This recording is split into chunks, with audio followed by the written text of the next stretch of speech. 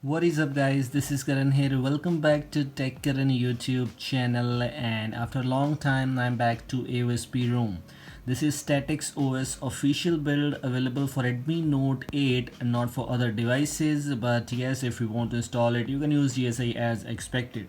This is StatiXOS version v3.2 official build available for Gingo, which is Redmi Note 8 users, and Cellnex is enforcing Android version 10 with the latest August security patch. This ROM is quite good in the terms of performance. The Geekbench score is not good. Magisk you cannot use, no extra customization options. So you can say it is kind of a worst ROM to try, or you should not try at all if you're a Redmi Note 8 user. I'm gonna share with you my opinions about this build, and now after that you can decide if you want to install this build on your device or not. With that get said, let's get started. So guys, first of all we're gonna talk about the pre-installed apps. It does not include any extra apps. It has only two lines there. Actually I installed some apps after installing this build. You have the Google apps pre-installed, but only some apps like the Google Phone, Google Photos, and a little bit more options like the Google Play Store, voice search, and nothing else.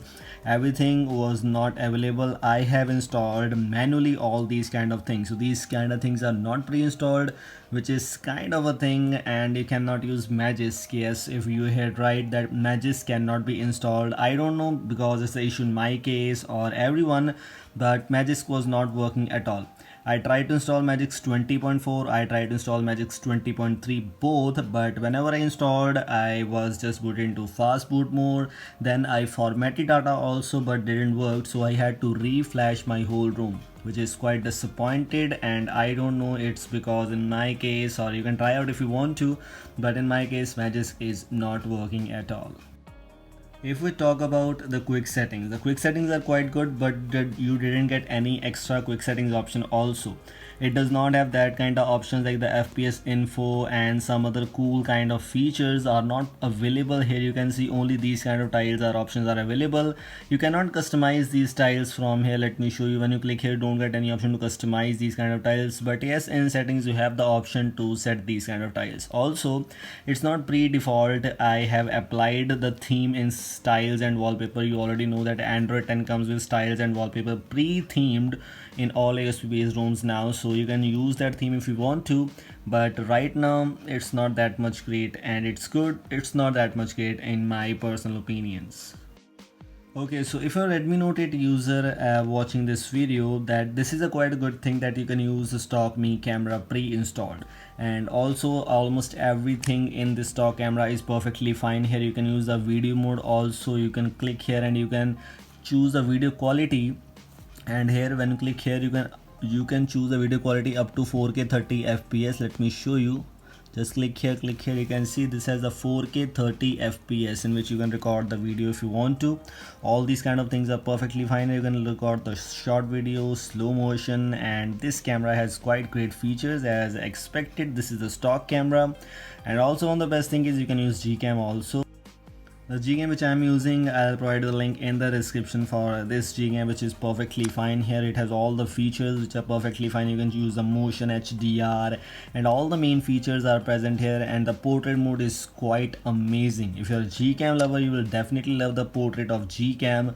This is far better than, sometimes in iPhone you will not get that kind of quality in a picture, but when you click in Gcam, that would be great and awesome. And in my personal opinion, as an iPhone user, I still love the Gcam. Is one of the best ever camera available on the internet till now.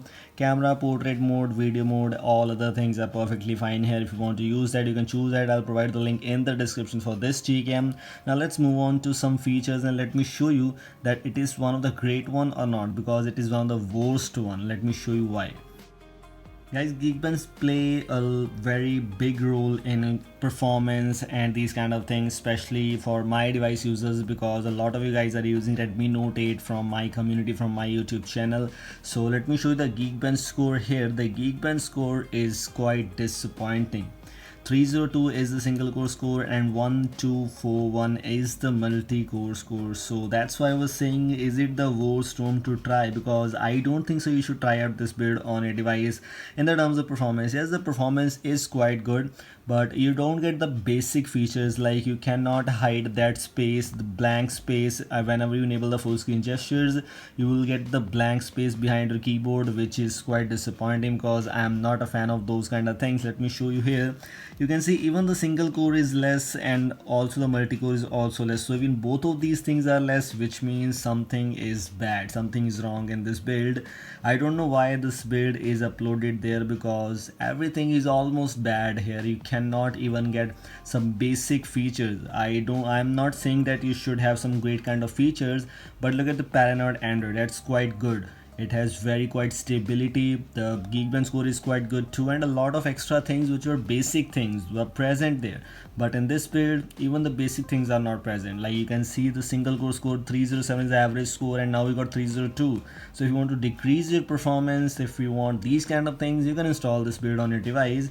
But I will recommend you not to install this build at all. And also, if you cannot use the Magisk, what is the meaning of using this build, these kind of builds? Because nowadays, if you cannot use Magisk, you cannot get the full access of your device.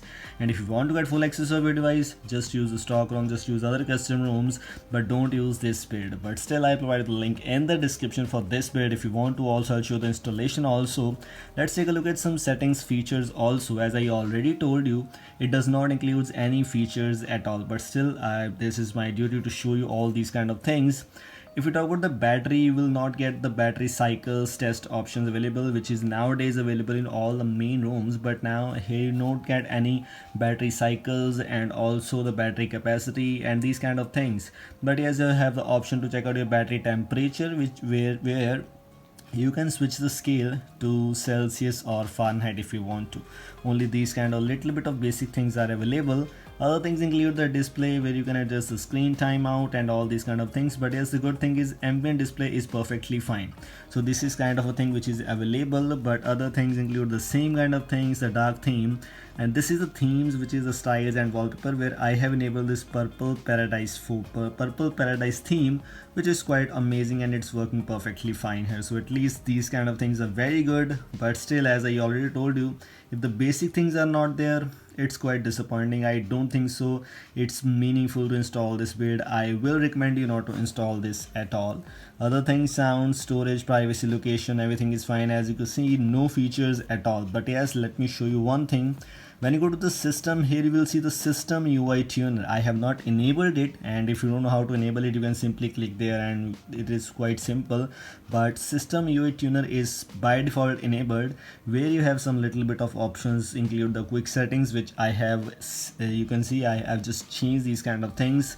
You can change the quick settings brightness slider to show, and on bottom, if you want to, you can choose the rows and columns like 2, 3, 4, 5 or whatever else. Like I have just changed it and it was working fine. You can also display the footer text like this, which is StatiXOS v3.2. I hope they will just change, they will add some features, they will add some support for Magisk and these kind of things in future builds, but right now it's not worthy to install this build at all. In status bar, you can see you can enable the traffic indicators, which means the network speed indicator, which is enabled. I have enabled just, and show low priority notification icons and these kind of things. Not navigation bar, and at last we have the lock screen, where you can see the shortcuts and charging watt and these kind of things. Nothing else, everything is just kind of the same thing and not worthy to install, as I already told you. When you go to the gesture options, here you have a lot of gesture options available, and let me show you a bug. Whenever you open there, you can enable this, and if you talk about the double tap to wake device, it's not fine, it's not working at all. I have tried to enable it, not working at all. So this is also kind of a disappointing thing. No face lock, nothing else. Let me show you also in privacy and security. Go back, and here when you go to security, you don't get the face lock option available too.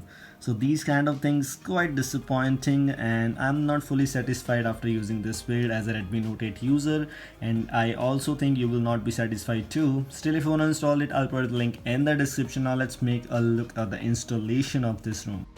Guys, I'm using Orange Fox Custom Query in my case, and this is the file which you need, statix Kingo 1008 2020 official build.